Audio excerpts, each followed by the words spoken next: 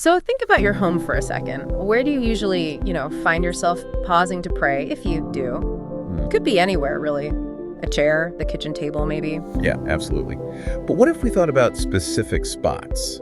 Like intentionally making certain places in our homes feel more connected to that.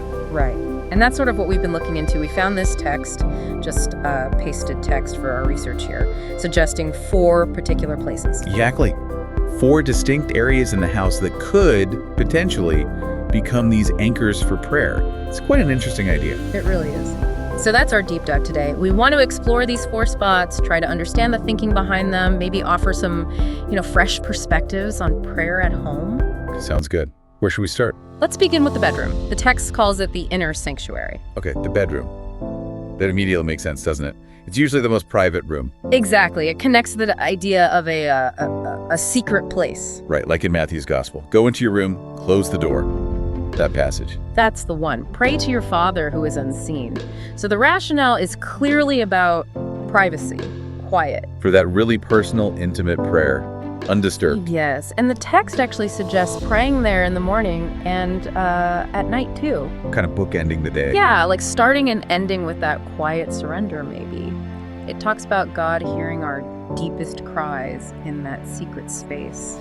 It really emphasizes that vulnerability and personal connection you can find when you're alone, away from everything else. Okay, so from the private sanctuary, where next? The living room, which is framed quite differently. It's called the family altar. Oh, interesting. So a shift from personal to communal. Definitely. This is about shared space, shared prayer. The text brings up that verse from Joshua.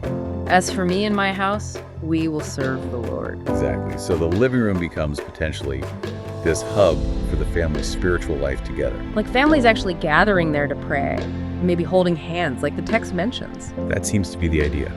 Creating unity through prayer. It even talks about an unmatched power in unity and God's presence filling that space. It makes you think about how families establish those shared rituals, and the impact that can have. It really does, turning a common area into something intentionally sacred. Okay, number 3 is the doorway as a gateway of protection. Now that's one I hadn't really considered. It is less obvious, maybe. But think about the symbolism. A doorway is a threshold.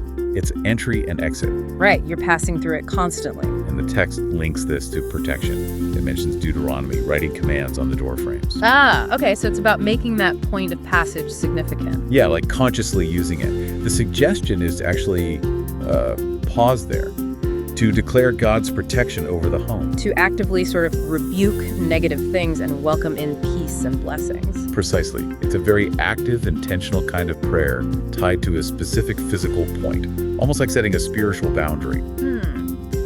That's a powerful image. Okay, one more. This one also felt a bit unexpected at first. The pantry. The pantry, yeah. Described as the place of provision.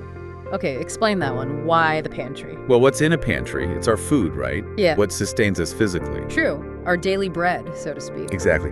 And the text connects this directly to God's provision. It references that verse in Philippians. Oh, my God will meet all your needs. According to the riches of his glory in Christ Jesus. Yes. So the pantry becomes this tangible reminder. A reminder of where our sustenance comes from. So praying there is about gratitude. Gratitude, definitely. Thanking God for meals, for providing, and also asking for continued blessing, trusting him for future needs. So dedicating even that storage space becomes an act of acknowledging God's grace and our reliance. It's about seeing the sacred in the everyday and the very practical aspects of life, trusting in that provision. Wow. Okay, so just to recap quickly, the bedroom as that inner sanctuary. The living room is the family altar. The doorway as a gateway for protection. And the pantry is the place of provision. 4 really distinct ways of looking at our homes. It really makes you think, which of those spaces maybe resonates most strongly right now? For our listeners, perhaps. Yeah, and how might focusing prayer in one of those spots actually shift your perspective on your home, or even just your day? It's a fascinating thought, isn't it? How intentionally dedicating even these, seemingly mundane spaces could cultivate a much deeper sense of connection, finding the sacred right where we live.